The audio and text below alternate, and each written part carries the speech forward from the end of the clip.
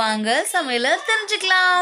இன்னைக்கு சூப்பரான ஒரு ஸ்நாக்ஸ் ரெசிபி. அதுவும் இதை வச்சு ஸ்நாக்ஸா அப்படின்னு நீங்கள் கேட்பீங்க.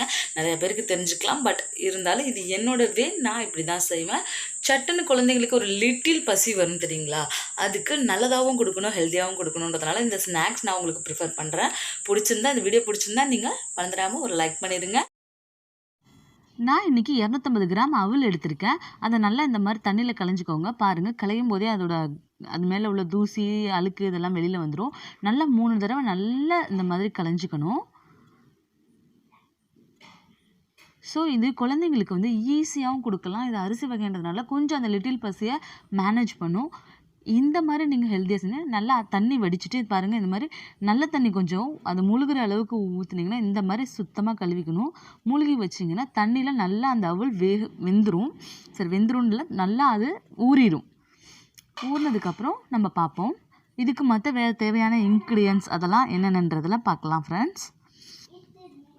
இந்த 1 மணி நேரம் நல்லா ஊற விட்டுருங்க. நான் தேங்காய் திருவி வச்சுருக்கேன்.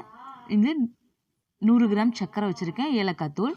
ஸோ இப்போ தண்ணியை நல்லா பாருங்கள், நல்லா ஊறிடுச்சு 1 மணி நேரம். இதை எடுத்துட்டிங்கன்னா அவள் அப்போ தான் நல்லா சாஃப்டாக இருக்கும். இல்லைன்னா சவுக்குன்னு இருக்கும், மெல்ல முடியாது குழந்தைங்களால். இந்த மாதிரி எடுத்துக்குவோம். ஸோ இப்போ நான் அவளை வந்து தண்ணி வடித்து எடுத்துக்குவோம் ஃபஸ்ட்டு. ஓகேவா ஃப்ரெண்ட்ஸ்? இந்த மாதிரி நல்லா ஊறி இருக்குது பாருங்கள். கொஞ்சம் தான் தண்ணி இருக்கும், அதை நல்லா வடித்து எடுத்துகிட்டு வந்துடுவோம். இது ஈஸியாகவும் சட்டுன்னு செஞ்சிடலாம். ஸோ சம்டைம்ஸ் கெஸ்ட்டு வராங்க அப்படின்னா அவங்களுக்கு கூட நம்ம செஞ்சு கொடுக்கலாம். நெய்வேத்தியமாகவும் இதை நம்ம வச்சுக்கலாம் சாமிக்கு படைக்கிறதுக்கு. ஸோ இதில் நான் தண்ணியெல்லாம் வடித்து இன்னும் வேறு பவுலுக்கு மாற்றிக்கலாம். இதில் நான் துருவி வச்சுருக்க தேங்காவையும் ஆட் பண்ணிக்கோங்க. அதோடு நல்லா தேங்காய் ஆட் பண்ணிவிட்டு கொஞ்சம் கொஞ்சமாக நல்லா கிளறிடுங்க. அப்போ தான் தேங்காய் எல்லா பக்கமும் ஸ்ப்ரெட் ஆகும், இல்லைன்னா இப்படி ஒரே பக்கமாக இருக்கும்.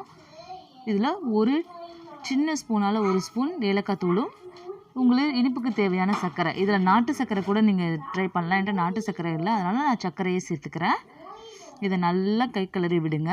இதில் ஒரு ஸ்பெஷல் மேஜிக் என்னதான் ஸ்வீட் வந்து இனிப்பாக இருந்தாலும் அதை ஹைலைட் பண்ணி கொடுக்கணும்னா அதுக்கு நம்ம ஒரு ஸ்பெஷல் இன்க்ரீடியன்ஸ் ரெடி பண்ணணும். பாருங்கள், இந்த மாதிரி இருக்கணும், இந்த கன்சிஸ்டன்சியில் இருக்கணும். தண்ணி அதிகமாக இருக்கக்கூடாது.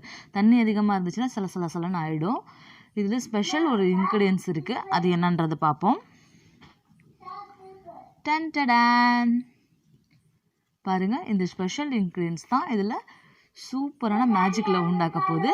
ஒரு சிட்டிகை, ஒரு சின்ன ட்ராப் உப்பு சேர்த்து நல்லா கிளறி எடுத்திங்கன்னா அந்த இனிப்பை இந்த உப்பு போய் செமையாக ஹைலைட் பண்ணி கொடுக்கும். டேஸ்ட்டாகவும் இருக்கும், ஹெல்த்தியாகவும் இருக்கும். இதை பவுலுக்கு சர்வ் பண்ணுறதுக்கு பிளேட்டுக்கு மாற்றிக்கலாம். சூப்பராக இருக்கும். இது நீங்களும் செஞ்சு பார்த்துட்டு கமெண்ட் செக்ஷனில் சொல்லுங்கள். இது ரொம்ப உங்கள் பொண்ணான நேரத்தை என் கூட ஒதுக்குனதுக்கு ரொம்ப நன்றி ஃப்ரெண்ட்ஸ். அது மட்டும் இல்லாமல் இதை நீங்கள் செஞ்சு பார்த்தீங்கன்னா அதை ஒரு ஃபோட்டோ எடுத்து நம்ம மெயில் ஐடிக்கு சென்ட் பண்ணுங்கள். ஏற்கனவே இதுக்கு முன்னாடி போட்ட வீடியோவில் நம்ம வாட்ஸ்அப் நம்பர் கொடுத்துருக்கேன், நீங்கள் அதுக்கு கூட சென்ட் பண்ணலாம். ஸோ ஈஸியாகவும் சிம்பிளாகவும் உங்களுக்கு ஒரு டிஷ் சொல்லி கொடுத்துருக்கேன். பிடிச்சிருந்தா நீங்கள் மறந்துடாமல் ஒரு லைக் பண்ணிடுங்க. ரொம்ப பிடிச்சிருந்துச்சுன்னா உங்கள் ஃப்ரெண்டுக்கும் ஷேர் பண்ணுங்கள். நம்ம சேனலை பார்க்குறவங்க நீங்கள் தான் ஃபஸ்ட் டைமாக இருந்தால் சப்ஸ்கிரைப் பண்ணிடுங்க. பக்கத்தில் இருக்க பெல் ஐக்கானையும் கிளிக் பண்ணிடுங்க friends. Okay friends, bye friends. Love you to all.